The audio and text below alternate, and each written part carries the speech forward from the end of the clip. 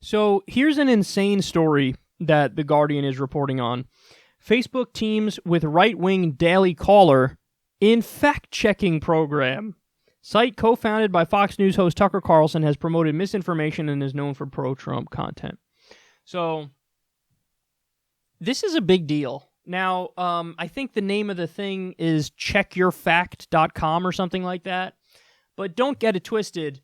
Checkyourfact.com is not nearly as benign as it sounds because that is a project of the Daily Caller. So it's like the Daily Caller putting a front on like there's some sort of neutral, objective, arbiters of truth and reality, and they're just not that. But Facebook teamed up with checkyourfact.com. What I'm curious is how many people even know that checkyourfact.com is funded by the Daily Caller and so therefore is biased. I don't know, but the fact that Facebook even opened up this door in the first place is beyond scary because it shows you that these very high-level executive decisions at these major social media companies are made by people who don't know shit about politics and what's happening in the world and what things are. Like, if you don't know that the Daily Caller is massively biased towards the right, that's like entry-level basic shit. You don't know that? How do you not know that? How do you say we're going to team up with this organization to fact-check when they're the organization that needs to be fact-checked all the fucking time because they're often spreading misinformation? Now, I need you to understand something. This isn't opinion. This isn't like, oh, Kyle, you're just biased in a left-wing direction. No, it's got nothing to do with my personal biases. And by the way, I wouldn't call it a bias when I'm upfront with you guys about what my opinion is and what the filter is that I view the world through. That's not a bias. That's my view, okay? Them, on the other hand, they pretend like, us, bro, we're just fucking giving you the straight dope, dog. That's what we're doing. Oh, are you really? Well, then why is it that they reported on a fake nude photo of Alexandria Ocasio-Cortez? Which, by the way, I'm a free speech absolutist, but when you get to that level, you're flirting with literal, like, legal cases of defamation. Let's be clear about that. Also, they reported the absurd story that the Green New Deal costs like $93 or $94 trillion. That is a lie straight from the American Action Forum, which is a right-wing think tank. And that right-wing think tank received at least $250,000 from the American Petroleum Institute. Yeah, I wonder if that report was biased to try to make the Green New Deal look way more expensive and way worse than it is because they have a conflict of interest. It's just so, like, how can anybody fall for this shit? The Daily Caller also published articles by a guy named Jason Kessler. He's a white supremacist who organized the rally for white nationalists in Charlottesville. Now, I want to be clear, that's not just me, like, putting that on them. A lot of these characters literally accept the label. Like, yes, I'm a white nationalist. So it's not like I'm saying it and they would object to it. This is a lot of them just come out and say, like, yeah, no, that's what I am. I'm a white nationalist. So there's literal alliances between Daily Caller and these kinds of people.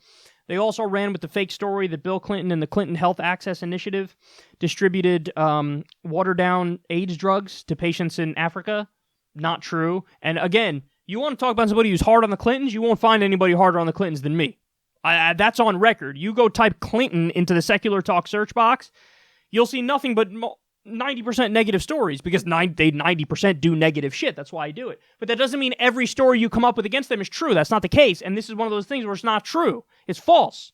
And then the other one is they had Soros-controlled manufacturers. This was a headline for them. Soros-controlled manufacturers.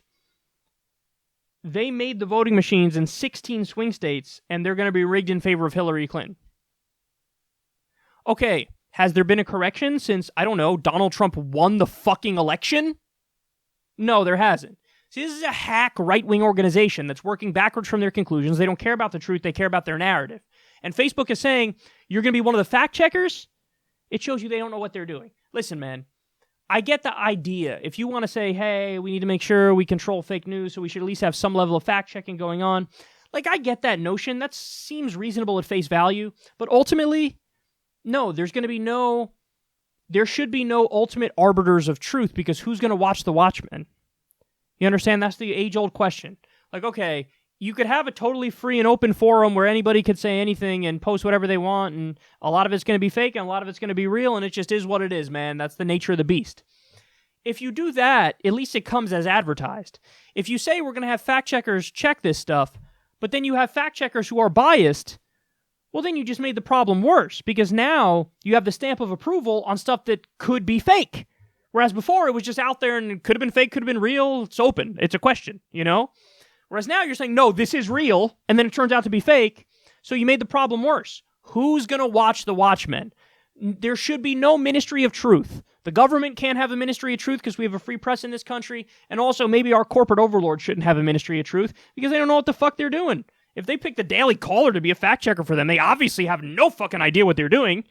So, and my guess is some of them might know what they were doing, but the right always screams about, oh my God, left-wing bias in the media, left-wing bias in social media, left-wing bias everywhere. And so what they do is they scream bias so much that the leaders of these companies just capitulate. And they're like, okay, we'll have some right-wing fact-checkers and some left-wing fact-checkers. But then they fall into the classic trap, which is they prioritize neutrality above objectivity, which makes no sense. You need to put objectivity first, because objectivity means I'm going to tell the truth no matter where it falls politically. Doesn't matter. I'm just going to tell the truth. Neutrality means I'm always going to try to make it 50-50 and say the right wing is 50% correct and the left wing is 50% correct. That's a flawed way of thinking about this stuff. Because if you're always trying to get it to 50-50, then you'll actually skew the facts to try to make it seem like it's 50-50. Because some things ain't 50-50. It's not 50-50 if creationism is real or if evolution is real. That ain't 50-50. It's not 50-50 if global warming happened or it didn't happen. That's not 50-50. So when you pretend like it is, you're actually doing a disservice to the truth. And obviously, Facebook is doing a disservice to the truth by teaming up with the Daily Caller for fact-checking.